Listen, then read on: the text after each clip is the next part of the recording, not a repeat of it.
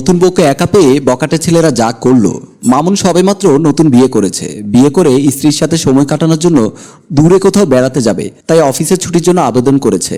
কিন্তু অফিসের বস বলেছেন এই মাসটা ভালো মতো কাজ করতে, সামনের মাসে ছুটি পাবে। তাই মামুন সীমাকে বাসায় রেখে অফিসে চলে যায় এবং অনেক দেরি করে বাসায় ফিরে। এদিকে সীমা প্রতিদিন বাজার করে রান্নাবান্না করে এবং সংসারের সব কাজ করে, আর সময় পেলে টিভি দেখে। এই একাকিত্ব জীবনের মধ্যে সীমা নিজের মধ্যে অনেক চিন্তা ভাবনা করতে লাগলো। মামুন বিয়ের পর থেকে কেমন যেন বদলে গেছে, আমাকে আর আগের মতো সময় দেয় না। সীমার মাথার ভেতর আজে বাজে প্রশ্ন ঘুরপাক খেতেই থাকে। সকালবেলা মামুন অফিসে যাবে, এমন সময় সীমা মামুনকে জিজ্ঞেস করলো, তুমি তো আমার কথা এখন মনে করো না, সকালবেলা যা রান্না করি তা খেয়েই চুপচাপ চলে যাও, রাতে এসে খেয়ে দিয়ে ঘুমিয়ে পড়ো, আমার সাথে এখন কথা বলো না। মামুন বলল, ও তুমি কিছু মনে করো না, কয়েকদিন কাজের চাপ আছে, এরপর অফিস থেকে ছুটি নিয়ে আমরা বেড়াতে যাব। সীমা কিছু বলবে, হঠাৎ মামুন বিদায় নিয়ে চলে গেল। গত কয়েকদিন ধরে বাজার করতে যাওয়ার সময় কিছু ছেলে সীমার পথ আটকে দাঁড়ায়। ছেলেগুলো নিজের মধ্যে বলাবলি করে, কিরে এই মালটা কবে এলো এলাকায়, আগে তো দেখিনি। আরেকজন বলে, দেখবি দেখবি এখানে কত কিছু দেখবি। সীমা বলল, আমার পথ আটকে দাঁড়িয়েছেন কেন, আমাকে যেতে দিন। বলেই সীমা তাড়াতাড়ি হেঁটে বেরিয়ে গেল।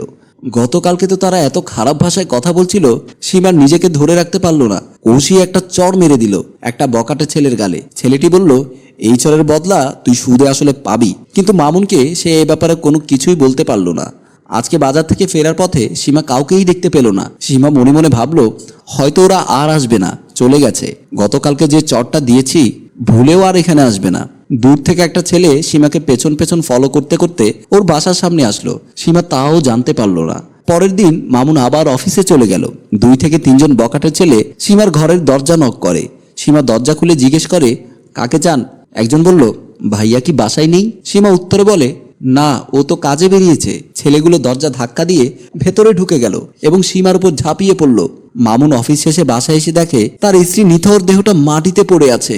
মামুন চিৎকার করে কাঁদতে শুরু করলো, হে কি হয়ে গেল তোমার সীমা, সব আমার দোষ, আমি তোমাকে একা ফেলে কাজে চলে যাই, হে আল্লাহ আমাকে শাস্তি দাও। সীমার মুখের দিকে চেয়ে বলল, তোমাকে বিয়ে করার পর ঠিকমতো তোমাকে সময় দেইনি, শুধু তোমাকে নিয়ে ঘুরতে যাব বলে টাকা জমিয়ে রেখেছিলাম, আজ তোমার কি হয়ে গেল? আল্লাহ তুমি যদি থেকে থাকো তবে এর বিচার তুমি ঠিক মতো করো। লাশটা ময়না তদন্তের জন্য নিতে পুলিশ আসে। মামুন বসে বসে অঝরে কাঁদতে থাকে। প্রিয়জনদের খেয়াল রাখা আমাদের দায়িত্ব, তাই তাদের একা কোনো জায়গায় ছেড়ে দেওয়া উচিত নয়। কিছু অমানুষরা সুযোগ পেয়ে তাদের ক্ষতি করার চেষ্টা করতে পারে। এই সমাজেও পরিবারের একাগ্রতা প্রয়োজন। সুপ্রিয় দর্শক, আমার এই গল্পটি সম্পূর্ণ কাল্পনিক। যদি ভালো লাগে লাইক, কমেন্ট, শেয়ার করে আমাদের পাশেই থাকবেন। পরিচালনায় মনজুর মোর্শেদ, চিত্রধারণে অভি।